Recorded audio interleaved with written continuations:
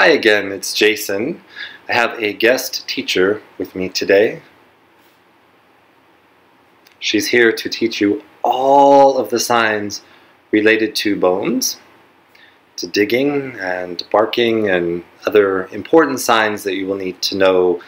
Oh, that joke, it's getting just too much. Anyway, this is my dog. Her name is Violet, and I think the best way to stop her from barking during the video is for me to sit real close, and she can lay down here and I'll sit here, and she'll feel like I'm paying attention to her even though I'm not. You can see she feels so much better. She's very comfortable if I'm here to protect her.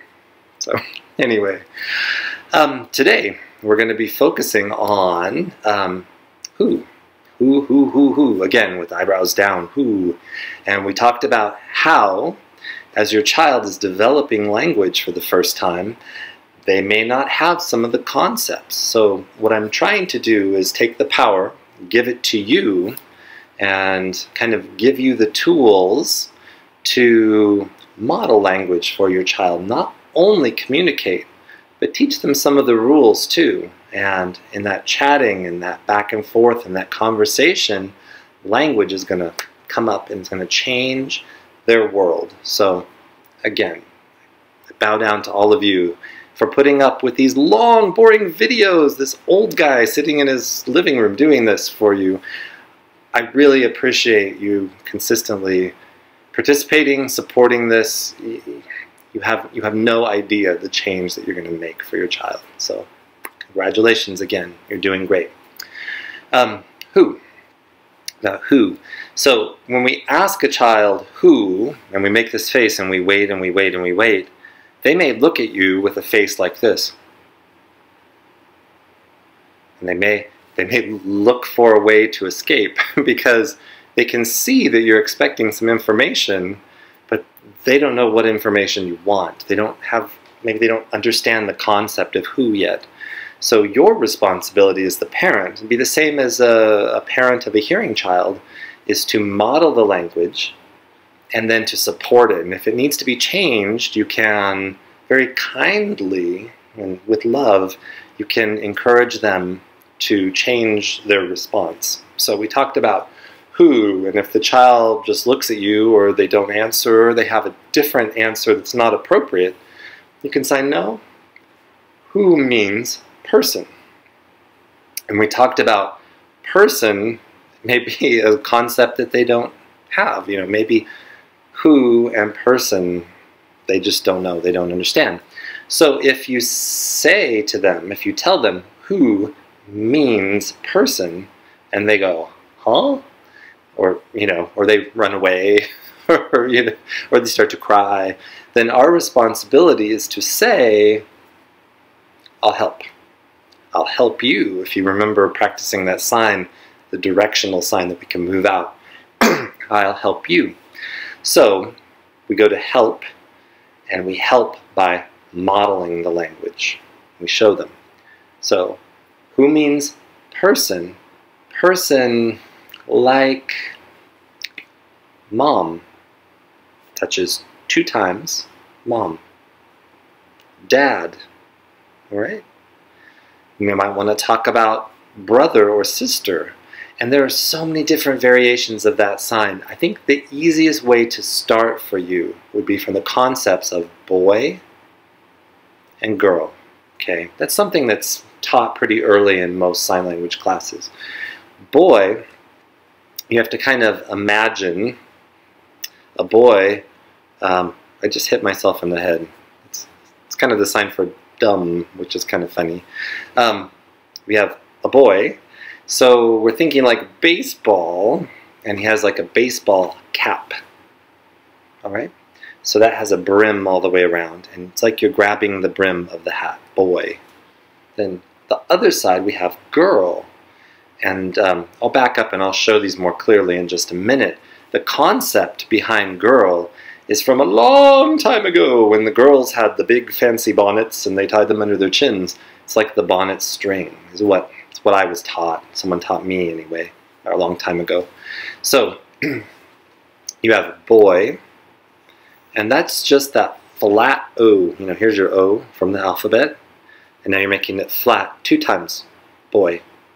Then over here we have girl, which is like an A with maybe the thumb sticking out a little more, and this part of the thumb starts kind of not all the way back by your ear, but close, and pulls right down your jawline 2 times. Girl, girl, boy, girl. Okay. Now because parents usually learn these signs pretty early when they're working, or maybe they go to the parent sign language class that the school offers, many times even older kids, we will see 7th and 8th grade boys and girls who come to school, and we ask them who, and they say boy or girl, because they know those signs and their parents use those signs, but the parents did not have the skills to develop the concept more. So when we ask them, you know, it's kind of sad. Sometimes I say sometimes, it's actually very often, we'll see kids talking about their brother or their sister, and they'll say, you know, boy, tall, or age 11, or maybe they know the first letter in his name. I feel like it's not good enough. You know, I want better for these kids. I want better for your family. So let's develop it a little bit more. We did brother. Now, my sign is one of those weird variations. So I'm going to try to kind of control my habit a little bit and kind of follow a more formal sign that I know is correct, that's very teachable. When I sign it myself, I tend to start with like my thumb here and I come down, and it's both, I'm losing my voice a little bit, sorry, I've been yakking all day. They're like 2 L's, so I start with an A hand here and an L on my left hand, because I'm right-handed, and this opens into an L and it comes down, brother. And sister is also the A, and it comes down to the 2 L's, sister. So from the side again, I sign. I've got the L ready to go here, like I'm going to stick up a bank. And this turns into the L, and then kind of touches on the back, like right in between here is where I make contact. Brother. Or sister, okay? So you can follow my sign. That's one example of how you can. I know that most times if you're looking it up in a dictionary, or you're watching a video on YouTube, they will show a little bit different sign. Boy, same. Alright? So this is a sign that's very, very useful, is same. Let's work on that. You have your 2 pointy fingers, our old standby. They're going to point forward, and I'll try to keep them even, in spite of my crooked body and the couch and the dog weighing me down, so I'm heading this way. And you're just going to push, you just push them together. Same, same, same. There's some other ways of signing same, but let's kind of focus on that right now, same. So for brother, that's my sign again, you might prefer to sign boy, same, brother, boy, and it's not 2 times now. Boy by itself would be 2 times, but because you're incorporating it into a bigger sign, you're going to do it 1 time. Boy, same. Okay? Boy, same. Boy by itself 2 times, boy, same 1 time.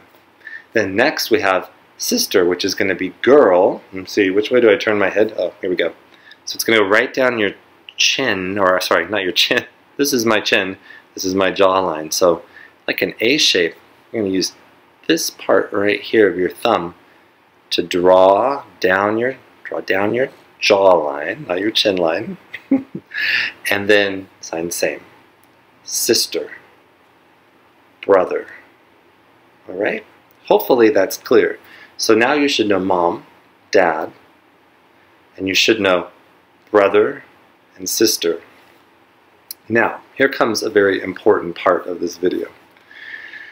I want to talk with you again about the importance of fingerspelling and giving kids the opportunity to know things by their real name. Okay? I have seen before, even with deaf kids whose dad was a coda, that means he was a child of deaf adults. His mom and dad were deaf. He himself was a hearing person, And his daughters were twins, and they were deaf. Okay? And I remember one time just kind of hanging out chatting with all three of them. And the girls said, "Want red." They want red. And he wasn't mad, but he was concerned. You could see he recognized that kind of pattern, is that deaf kids tend to be very visual, and so they will describe things without naming them, without the specific name. Many times they don't know the name. They don't know how to sign it. They don't know how to spell it. So they might use a simple sign to try to explain it and hope that we know what they're talking about. So one of the girls said red, she wanted red. Well, we were getting ready to eat hot dogs, and she wanted, ketchup. And he really stopped her and he said, "No, wait, it's not called red. That's not the name. It's not red." And he signed ketchup or ketchup. Oh, okay. But a really good way of approaching this is, if you don't know the sign, because you yourself might not know the sign yet, is fingerspell it. Give them the opportunity to know things in the world by their names, their specific names, okay? It's very easy. I think it's human nature, and I've been teaching deaf and hard of hearing kids for 20 years now, and still, if a kid signs red and I understand what they mean, sometimes I will forget and I'll just respond and I'll give them what they want. It's really our responsibility to demand more, to show them how to ask for the thing by its name, maybe by spelling it. Ketchup. Or like the weird old-fashioned way, catsup, which I always thought was strange. Anyway, you can show them how to say, "I want ketchup," or "ketchup, please," and have them copy you. And you're really modeling, and they're copying, and they're learning how to ask correctly, which is really good and really important. So when we're talking about people, we're talking about who questions. What becomes the most important thing is that they have names for all the people in their lives. They have names for the characters in the movies. If they have a favorite movie, they need to know who that is. Beyond people, they need to know specifically the names of their favorite cereal. It's always shocking to me as a teacher if a student can tell me the name of their favorite cereal. Okay? They recognize that if I draw a picture or I explain it's red and yellow and green and there's circles, I go, "Oh yeah, that's right." They understand the description, but the specific name of it, they have no idea. And this is even for older kids. So again, this is the reason I'm doing this. I'm really taking my power, because I can explain this.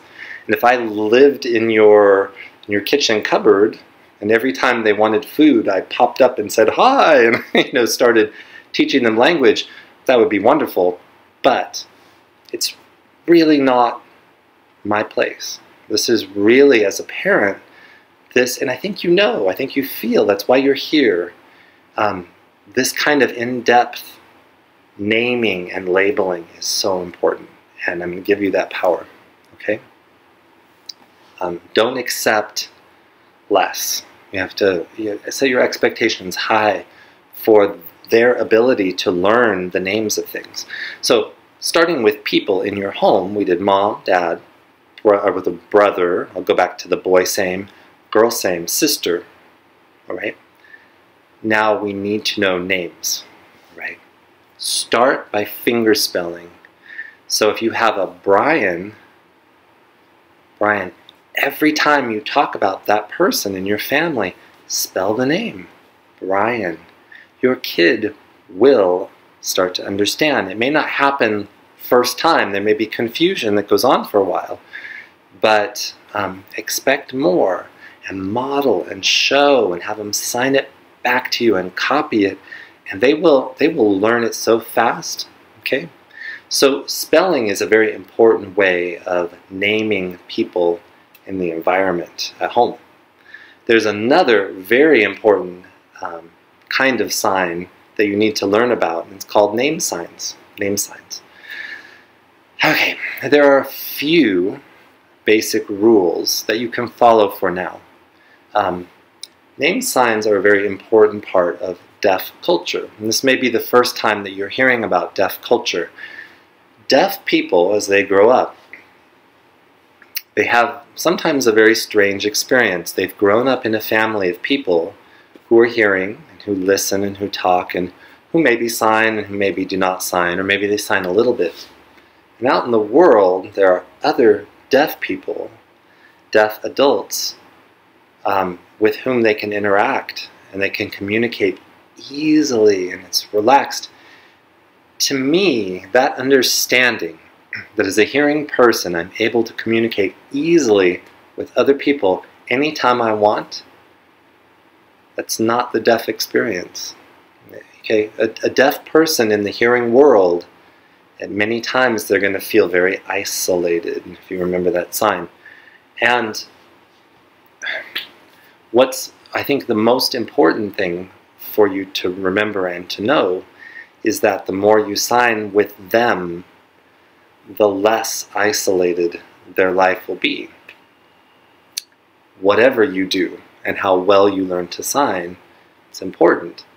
But always, a deaf child, when they grow up, they're going to discover that there are people out in the world, other deaf people, who use sign language, who they can communicate with very easily, comfortably, and it just meets a very basic human need. We all need to have that ability to communicate comfortably and in a relaxed way, and not have to work at communication all the time. So in the deaf community, they have kind of a, I don't know, it's not like a ritual, but it's part of the culture. It's like rule for how we introduce ourselves, how we do our names, and the way that works is, normally, another deaf person will give a child a name sign. And you're very lucky in my school because we have a deaf person who is a teacher. So if your child does not yet, have a name sign, you can go to this teacher, and you know who I'm talking about. She will be showing up in a video tomorrow. I'm going to film it. You can ask her, can you please, my daughter's name is Heidi. I'm just making up name signs now. But ask, please, can you help me come up with a name sign? So most times, it's most appropriate culturally for a deaf person to give a name sign to a deaf child. I recommend that if it's possible. If it's not, it does happen that parents will make a decision on a name sign, or sometimes a teacher, if the parents have not decided.